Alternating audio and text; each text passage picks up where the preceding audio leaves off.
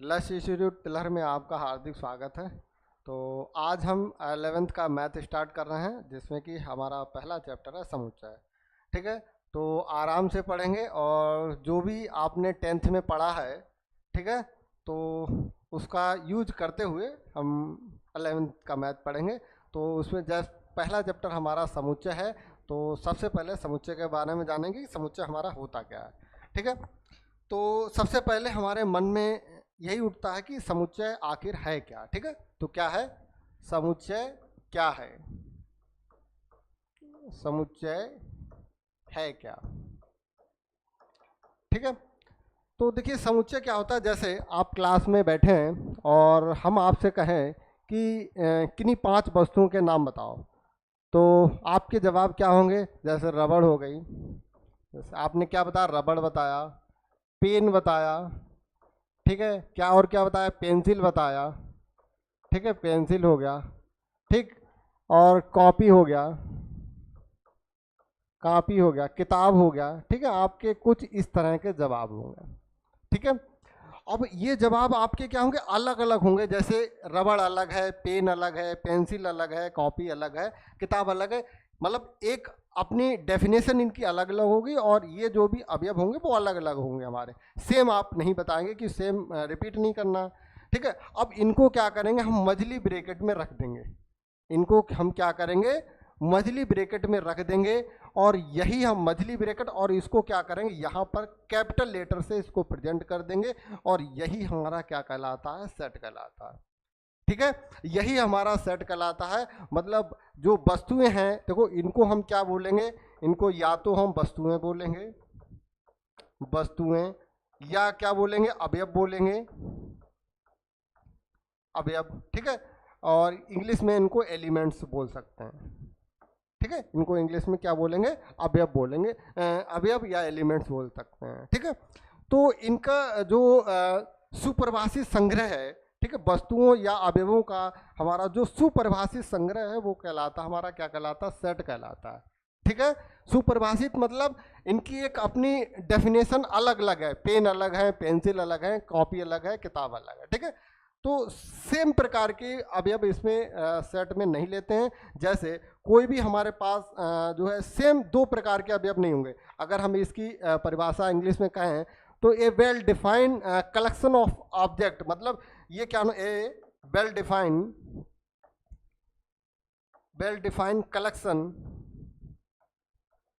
Collection of object is called set, ठीक है। Well defined मतलब यहाँ पर क्या होता है, हमारा डिस्टिंक्ट, मतलब जो अवयव होना चाहिए हमारे क्या होना चाहिए, डिस्टिंक्ट होना चाहिए, डिस्टिंक्ट एंड डिफाइन होना चाहिए। मतलब क्या होना चाहिए, अलग अलग और परिभाषित होना चाहिए। तो इस प्रकार को हम क्या बोलते हैं, सेट बोलते हैं। ठीक है, तो ये हम इसको लिखेंगे कैसे, समुच्चय की परिभाषा हमारी क्या है।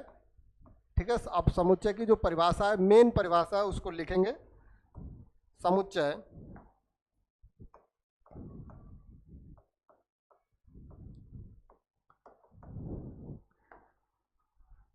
वस्तुओं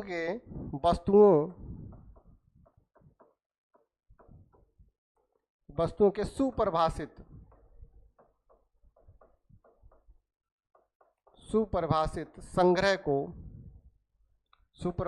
संग्रह को समुच्चय कहते हैं।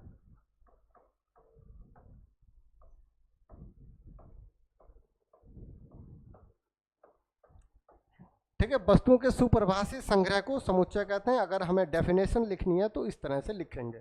ठीक है, अब देखिए जो है इसके बारे में थोड़ा और जानेंगे। महत्वपूर्ण बिंदु, इसके महत्वपूर्ण कुछ इंपॉर्टेंट पॉइंट हैं, उनको लिखेंगे या उनके पहले बार समझेंगे। महत्वपूर्ण बिंदु,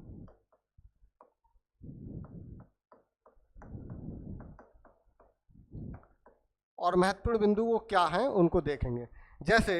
जैसे हमारे पास कोई सेट है, सेट ए है, और ए में क्या है, अवयव हमारे पास हैं ए, ई, आई, ओ, यू। ठीक है, ये सेट हमारा हो गया। या हम कह सकते हैं एक ऐसा सेट समुच्चय जो हमारे अंग्रेजी वर्णमाला के स्वरों का समुच्चय हमारा ये है, ए, ई, आई, ओ, ई, हमारे 5 स्वर होते हैं इसमें। ठीक है, ए सेट है। अब देखिए जो सेट को हम प्रदर्शित करते हैं वो कैपिटल लेटर से प्रदर्शित करते हैं, इस बात का ध्यान रखेंगे।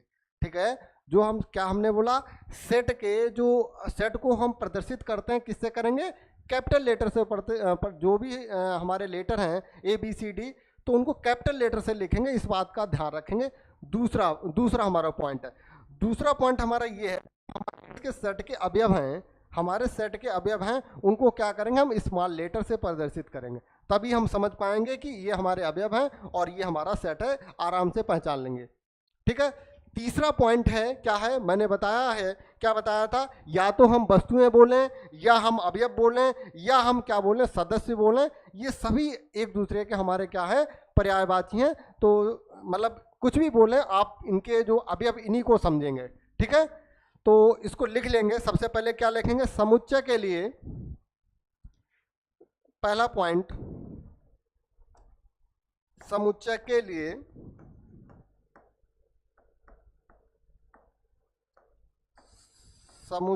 लिए वस्तुएं, अवयव, ठीक है, वस्तुएं, अवयव अथवा सदस्य, ठीक है, अथवा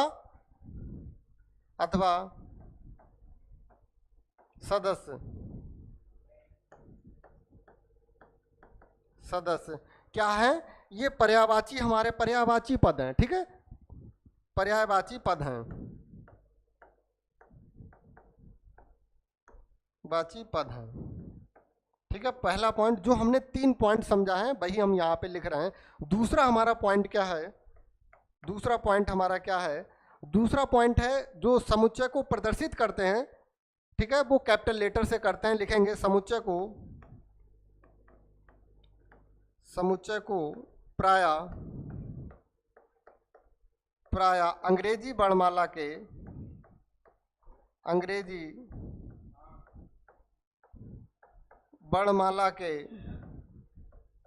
ठीक है, अंग्रेजी वर्णमाला के कैपिटल लेटर, ठीक है, या बड़े अक्षरों से, ठीक है, अंग्रेजी वर्णमाला के बड़े अक्षरों से प्रदर्शित करते हैं। ठीक है, बड़े अक्षरों से प्रदर्शित करते हैं। तीसरा हमारा पॉइंट क्या हो गया, मैंने अभी आपको बताया, क्या बताया, जो हमारे सदस्य होंगे या अवयव होंगे उनको क्या करेंगे, अंग्रेजी वर्णमाला के छोटे अक्षरों द्वारा प्रदर्शित करेंगे। इसी बात को यहाँ पे लिखेंगे, समुच्चय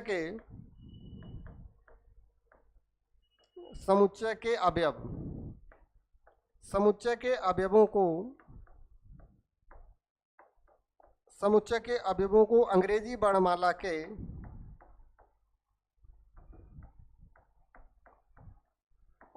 वर्णमाला के छोटे अक्षरों द्वारा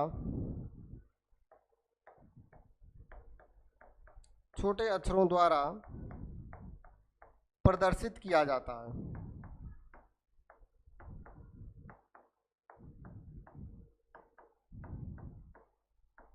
ठीक है, ये तीनों पॉइंट हमारे इंपॉर्टेंट है। ठीक है, नेक्स्ट पेज पे चलते हैं। अब इसको समझेंगे, जो हमने अभी 3 पॉइंट लिखे हैं उनको समझेंगे। जैसे हमारे पास एक उदाहरण है, ए बराबर क्या है, ए है, ई है, आई है, ओ है और यू है।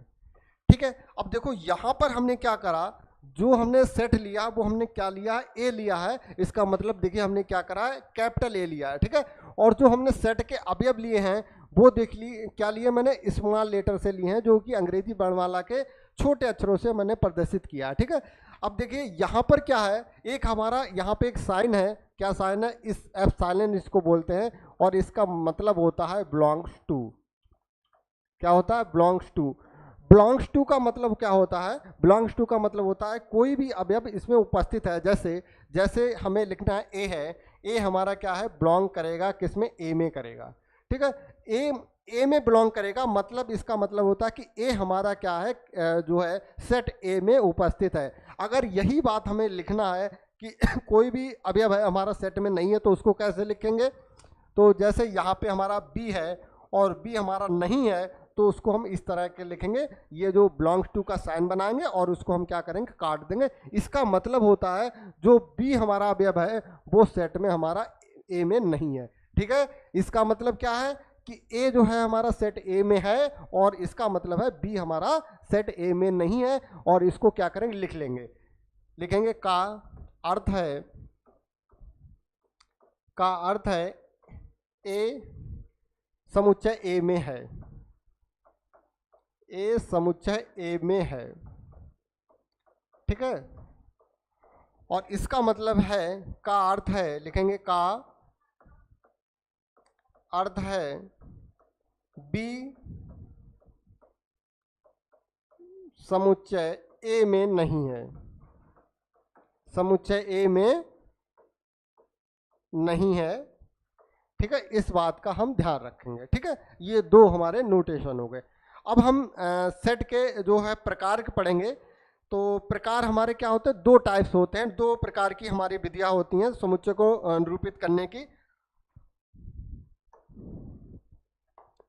समुच्चय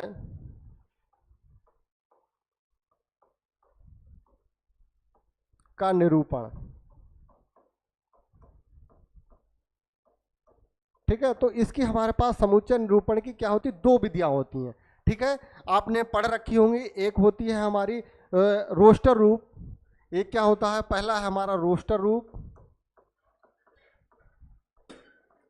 रोस्टर रूप, और दूसरा हमारा होता है, क्या होता है, दूसरा हमारा होता है समुच्चय निर्माण रूप। क्या होता है, समुच्चय निर्माण रूप, समुच्चय निर्माण रूप। ठीक है, अब इसको देखिए एक साथ दोनों को पढ़ेंगे अच्छे से। एक तरफ लिख लेंगे रोस्टर रूप, रोस्टर रूप बाद में लिखेंगे, पहले समझेंगे। जैसे मैंने एक उदाहरण लिया, और उदाहरण में क्या लिया, एक सेट लिया ए, और जिसके हमारे पास अवयव क्या है, 1 2 3 4 5 6 7, ये हमारे सेट ए के अवयव है। ठीक है, मैंने एक सेट लिया जिस सेट में हमारे पास अवयव क्या है, 1 2 3 4 5 6 7 हमारे अवयव हैं। ठीक है, 7 अवयव है। अब हमने इसमें क्या है, इसी प्रकार मैंने इधर दूसरा एक सेट लिया, सेट बी लिया, और बी मैंने क्या लिया, एक्स, और देखिए इसको हम क्या बोलते हैं, इसको सच दैट भी बोलते हैं, इसको क्या बोलते हैं, कोलन भी बोलते हैं। क्या बोलते हैं, कोलन।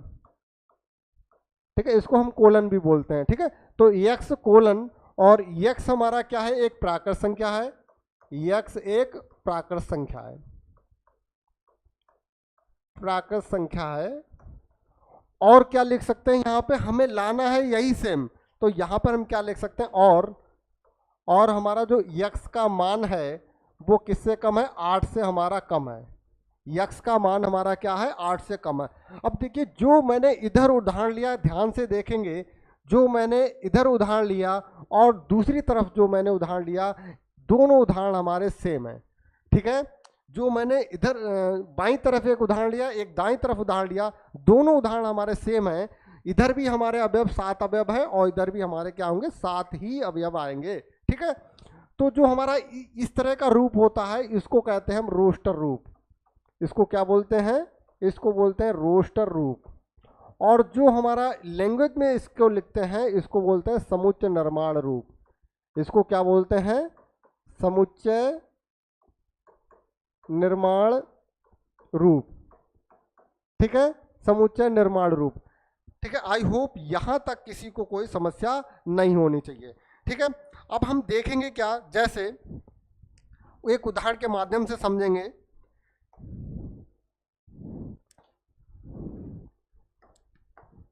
जैसे स्कूल है हमारा, SCHOOL। ठीक है, स्कूल है। अब स्कूल को क्या करना है, मुझे रोस्टर रूप में लिखना है। ठीक है, क्या लिखना है, स्कूल को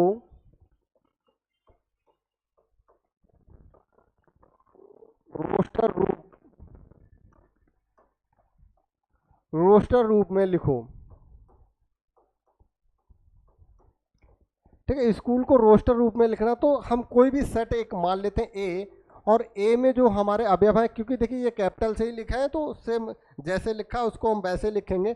अब देखिए क्या है, यस, सी, एच, डबल ओ और यल, ठीक है, हमने अलग अलग इसको लिख दिया। अब बताएगा कोई बच्चा ये सही है गलत है। अब यही हमने क्या कर दिया, यहाँ पे गलत कर दिया। और क्यों गलत कर दिया, ये देखिए क्या है। अब देखिए हमने बताया, क्या बताया था, जो हमारा सेट है, सेट की परिभाषा में क्या बताया था, जो हमारे अवयव हैं, हमने क्या बताया, अलग अलग होना चाहिए। अब देखिए यहाँ पर एक बार ओ आ गया और दूसरी बार सेम ओ आ गया, ठीक है। तो हमारा कोई भी अवयव सेट के अंदर रिपीट नहीं होना चाहिए। अगर हमारा कुछ इस तरह का है तो हम इसको कैसे लिखेंगे, यस, सी, एच और एक बार ओ लिखेंगे और यल लिखेंगे। तो हमारा जो करेक्ट सेट का नोटेशन होगा वो कुछ हमारा इस तरह का होगा, ठीक है। दूसरी बात देखिए, यहाँ पर क्या था, मतलब ओ हमारे पास में थे, ठीक है, ओ पास में, तो इसको ये ना समझना कि ओ हमारे पास में तो हमने इसको एक बार लिख लिया। कोई भी शब्द, चाहे कोई भी वर्ड, चाहे कहीं पर भी हो, लेकिन हम जब भी सेट बनाएंगे तो क्या करेंगे, उसको हम एक बार लिखेंगे, इस बात का ध्यान रखना, चाहे कहीं पर भी हो, ठीक है। दूसरा हमारा अथवा, अथवा हमारा देखिए दूसरा क्या है, जैसे इसको हम, इसका क्रम कोई मान्य नहीं है, चाहे हम क्या करें, पहले सी लिख दें, फिर एच लिख दें, फिर ओ लिख दें, फिर यल लिख दें, यस लिख दें, कोई दिक्कत नहीं है। हम इसको ऐसे भी लिख सकते हैं और इसको इस तरह से भी लिख सकते हैं। आई होप यहाँ तक किसी को कोई समस्या नहीं होनी चाहिए, ठीक है। अब दूसरा देखिए, अब हमारी एक्सरसाइज, इसके आगे 1.1 शुरुआत करने से पहले क्या होना चाहिए, जो हमारे नोटेशन है कुछ, जैसे नेचुरल नंबर n, ठीक है, तो ये हमारा क्या होता है, ये प्राकृत संख्याओं का समुच्चय होता है। कुछ इंपॉर्टेंट हैं जो हमारे इसमें एक्सरसाइज में यूज होंगे, ठीक है। फिर कल की क्लास में हम एक्सरसाइज 1.1 स्टार्ट करेंगे। तो n होता है, क्या होता है, प्राकृत संख्याओं का समुच्चय, प्राकृत संख्याओं का समुच्चय, ठीक है। इसके बाद हमारा आता आर होता है, आर क्या होता है, वास्तविक संख्याओं का समुच्चय, वास्तविक संख्याओं का समुच्चय। तीसरा हमारा जो है क्या है, आर प्लस लिख लेंगे। तो आर प्लस क्या, धन वास्तविक संख्याओं का समुच्चय,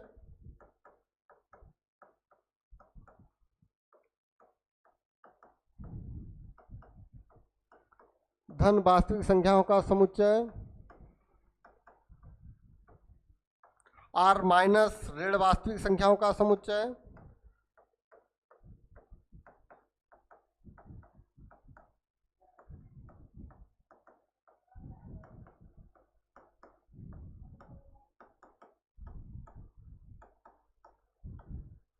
ठीक है। जेड एक होता है, जेड, जेड क्या होता है, पूर्णांकों का समुच्चय,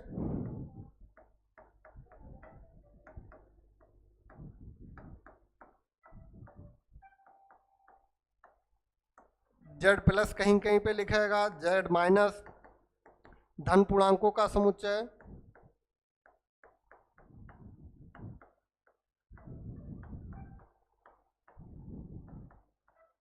धन पूर्णांकों का समुच्चय। जेड माइनस का मतलब हो गया ऋण पूर्णांकों का समुच्चय,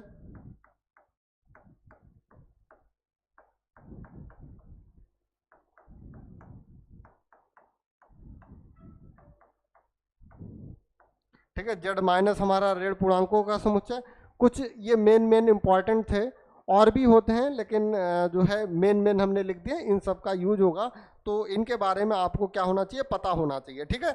तो आज के लिए हम इतना ही रखते हैं, और कल की क्लास में हम एक्सरसाइज देखेंगे, ठीक है। तो थैंक यू।